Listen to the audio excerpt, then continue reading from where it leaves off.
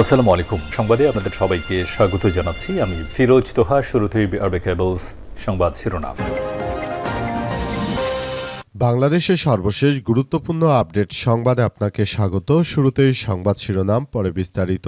প্রথমেই জানাবো, বন্যায় নিহত পরিবারকে নগদ আর্থিক সহযোগিতার ঘোষণা জামাত আমিরের। বাংলাদেশ জামাত ইসলামের আমির এবং বিরোধী দলীয় নেতা ডাক্তার শফিকুর রহমান বলেছেন, দেশের ৮টি বিভাগের মধ্যে বর্তমানে 4টি বিভাগে ভয়াবহ বন্যায় ক্ষতিগ্রস্ত হয়েছে। জামাত ইসলাম এটিকে ত্রাণ নয়, উপহার হিসেবে বিবেচনা করেছেন।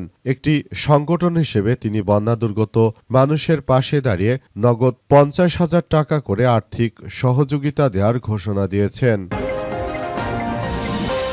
এরপর জানাবো, বন্যা দুর্গতদের পাশে দাঁড়াতে প্রশাসন এবং দলীয় নেতাকর্মীদের প্রধানমন্ত্রীর নির্দেশ। সারা দেশে ভারী বর্ষণ এবং বন্যায় ক্ষতিগ্রস্ত মানুষের পাশে দাঁড়াতে সংশ্লিষ্ট প্রশাসন এবং দলীয় নেতাকর্মীদের প্রয়োজনীয় নির্দেশনা দিয়েছেন প্রধানমন্ত্রী তারেক রহমান। দিনভর তিনি বন্যা কবলিত বিভিন্ন জেলার জেলা প্রশাসক, ডিসি, পুলিশ সুপার, এসপি ও সিভিল সার্জনদের সঙ্গে কথা বলে সার্বিক পরিস্থিতির খোঁজখবর নেন। এদিকে বিদ্যুতের বদলে জনগণের হাতে হারিকেন ধরিয়ে দিয়েছে বিএনপি, বললেন হাসনাত আব্দুল্লাহ। গণভোট বাস্তবায়ন, কর্মসংস্থান বৃদ্ধি, বিদ্যুৎ সংকট নিরসন, দ্রব্যমূল্য নিয়ন্ত্রণ এবং সীমান্ত সুরক্ষা দাবিতে আজ ফেনীর সোনাগাজী থেকে জাতীয় নাগরিক পার্টি এনসিপির দক্ষিণাঞ্চলীয় জুলাই পদযাত্রার আনুষ্ঠানিক সূচনা হয়েছে।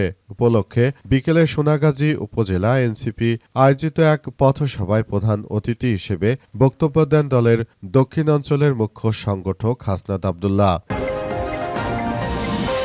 জানাবো, বিএনপির এমপির গাড়িতে হামলা ভাঙচুর। জামালপুর ২ আসনে সংসদ সদস্য ও উপজেলা বিএনপির সভাপতি সুলতান মাহমুদ বাবুর ব্যক্তিগত গাড়িতে হামলা ও ভাঙচুরের ঘটনা ঘটেছে। এই ঘটনায় উপজেলা বিএনপির সাধারণ সম্পাদক নুরুল ইসলাম নবাবের সংশ্লিষ্টতার অভিযোগে পাল্টা আক্রমণ চালানো হয়েছে। এবং সর্বশেষ জানাবো, ইরানে যুক্তরাষ্ট্রের হামলা নিরাপদে আছেন নাসির উদ্দিন পাটোয়ারি। ইরানে নিরাপদে আছেন জাতীয় নাগরিক পার্টি এনসিপির নেতা নাসির উদ্দিন পাটোয়ারি। অনেকেই বলাবলি করছিল যে যুক্তরাষ্ট্রের হামলায় নাসির উদ্দিন পাটোয়ারি হয়তো পৃথিবী ছেড়ে চলে গেছে, কিন্তু না, তিনি পৃথিবী ছেড়ে যাননি। তিনি এখনো পৃথিবীতে আছেন এবং তিনি ভালো আছেন। বর্তমানে তিনি ইরানে অবস্থান করছেন। ইরানের সর্বোচ্চ ধর্মীয় নেতার মৃত্যুর পর তার জানাজার অনুষ্ঠানে গিয়েছেন নাসির উদ্দিন পাটোয়ারি। সেখানে তিনি এখনও অবস্থান করছেন। তবে স্পিকারও গিয়েছিলেন, তিনি ফেরত চলে এসেছেন। প্রিয় দর্শক, এতক্ষণ শুনছিলেন সংবাদ শিরোনাম, এবারে বিস্তারিত।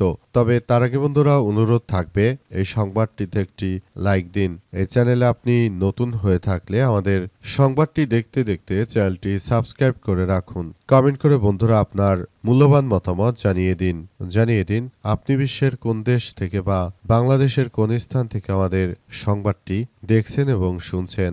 আর বন্ধুরা, সংবাদটি আপনার সোশ্যাল মিডিয়া ফেসবুকে শেয়ার করে বন্ধুদেরও দেখার সুযোগ করে দিন। গাজা যুদ্ধে আপনি যদি নিরীহ ফিলিস্তিনিদের ভালোবেসে থাকেন বন্ধুরা, কমেন্টে ইয়েস লিখে পুরো বিশ্বকে আমাদের এই তাজা আপডেটটি দেখার সুযোগ করে দিন। এবারে বিস্তারিত।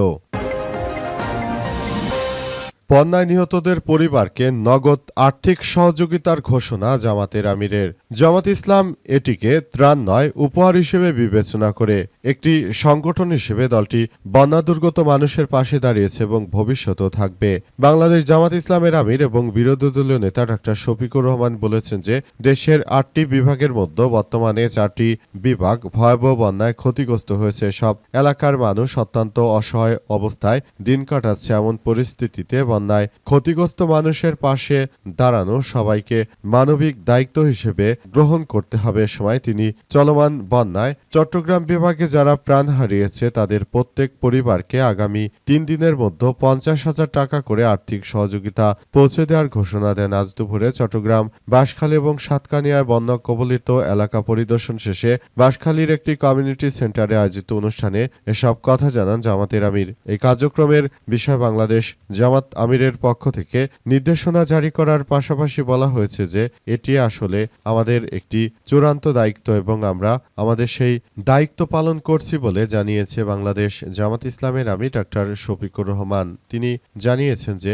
দায়িত্ব পালন করতে গিয়ে অনেক সময় আমরা অনেক ভুলভ্রান্তি মধ্যে পড়তে পারি, তাই আমি আপনাদের বলতে চাই আপনারা এসব বিষয়গুলো নিয়ে কোনো ধরনের কার্যক্রমের ভিতরে না গিয়ে বরং আপনারা যার যার জায়গা থেকে দেশটাকে সর্বাত্মকভাবে সহযোগিতার হাত বাড়িয়ে দিন। আমরা ভবিষ্যতের একটি সুন্দর ও সমৃদ্ধির রাষ্ট্র কাঠামো আমরা গড়ে তুলতে চাই।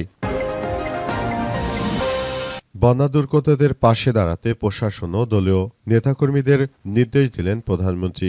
সারা দেশে ভারী বৃষ্টিপাতের ফলে আবারও দেশজুড়ে বন্যার আশঙ্কা করা হচ্ছে। এর ফলে বাংলাদেশের অনেক নদ নদীর পানি বৃদ্ধি পেয়ে এখন অনেক জায়গায় বন্যার পানিতে প্লাবিত হয়ে পড়েছে। দেশের বিভিন্ন জায়গায় মানুষের মৃত্যুর সংবাদ পাওয়া যাচ্ছে।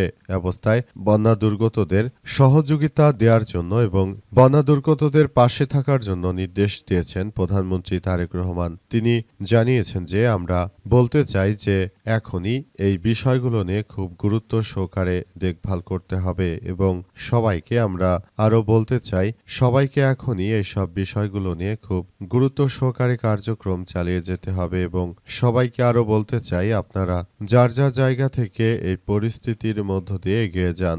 যে কোনো মূল্যে এই ধরনের সমস্যাগুলোকে সমাধান করতে হবে এবং সমাধান করার মধ্য দিয়ে মূলত খুব গুরুত্ব সহকারে কার্যক্রম চালাতে হবে, যাতে করে নেতাকর্মীরা তারা সারা দেশের বানভাসী মানুষকে সর্বাত্মকভাবে সহযোগিতা অব্যাহত রাখতে পারে বলে জানান তারেক রহমান।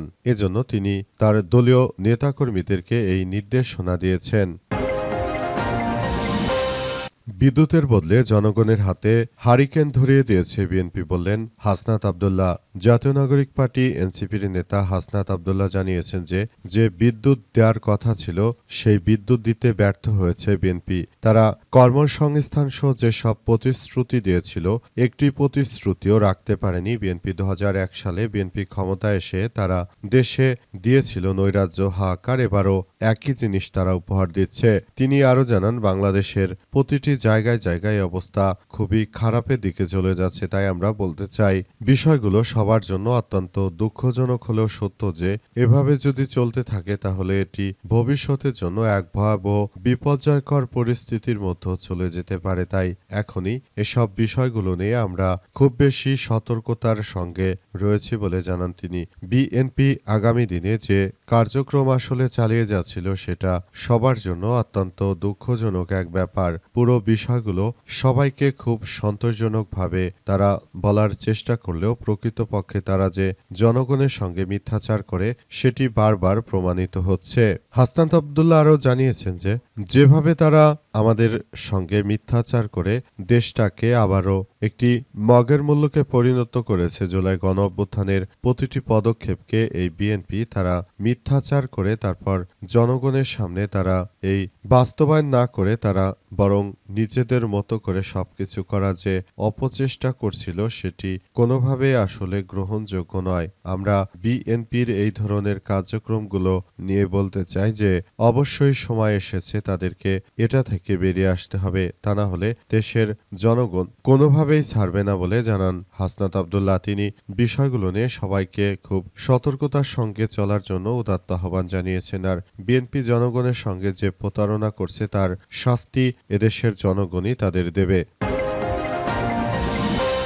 বিএনপির এমপির গাড়িতে হামলা ভাঙচুর। জামালপুর 2 ইসলামপুর আসনে সংসদ সদস্য উপজেলা বিএনপির সভাপতি সুলতান মাহমুদ বাবুর ব্যক্তিগত গাড়িতে হামলা ভাঙচুরের ঘটনা ঘটেছে। এই ঘটনায় উপজেলা বিএনপির সাধারণ সম্পাদক নুরুল ইসলাম নবাবের সংশ্লিষ্টতার অভিযোগ এনে তারপর তার বিরুদ্ধে ব্যাপক কার্যক্রম চালানো হচ্ছে বলে জানা গেছে।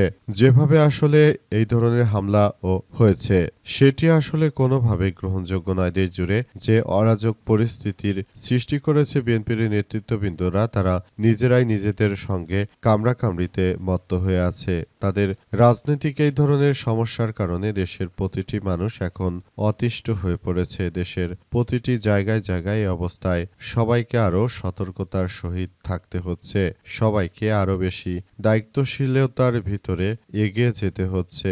বিষয়গুলো নিয়ে সবাইকে এখনই খুব গুরুত্ব সহকারে তারপর দেখভাল করার বিষয়গুলোকে এগিয়ে নিতে হচ্ছে এবং আরও এগিয়ে যাওয়ার ব্যাপারগুলোকে সবাইকে এখনই বিষয়গুলো নিয়ে খুব বেশি বাড়াবাড়ি না করে বরং নিজেরা তারা একসঙ্গে থাকার বিষয়টি বলা হলেও বিএনপি বাস্তবতায় এটি কোনো কিছু করতে পারছে না। সবকিছু পুরোপুরি একদম নস্যাৎ হয়ে যাচ্ছে। বিএনপির প্রতিটি কার্যক্রম সবার জন্য আরও বেশি খারাপের দিকে চলে যাচ্ছে এবং এটা সবাইকেই খুব বেশি ভাবিয়ে তুলছে।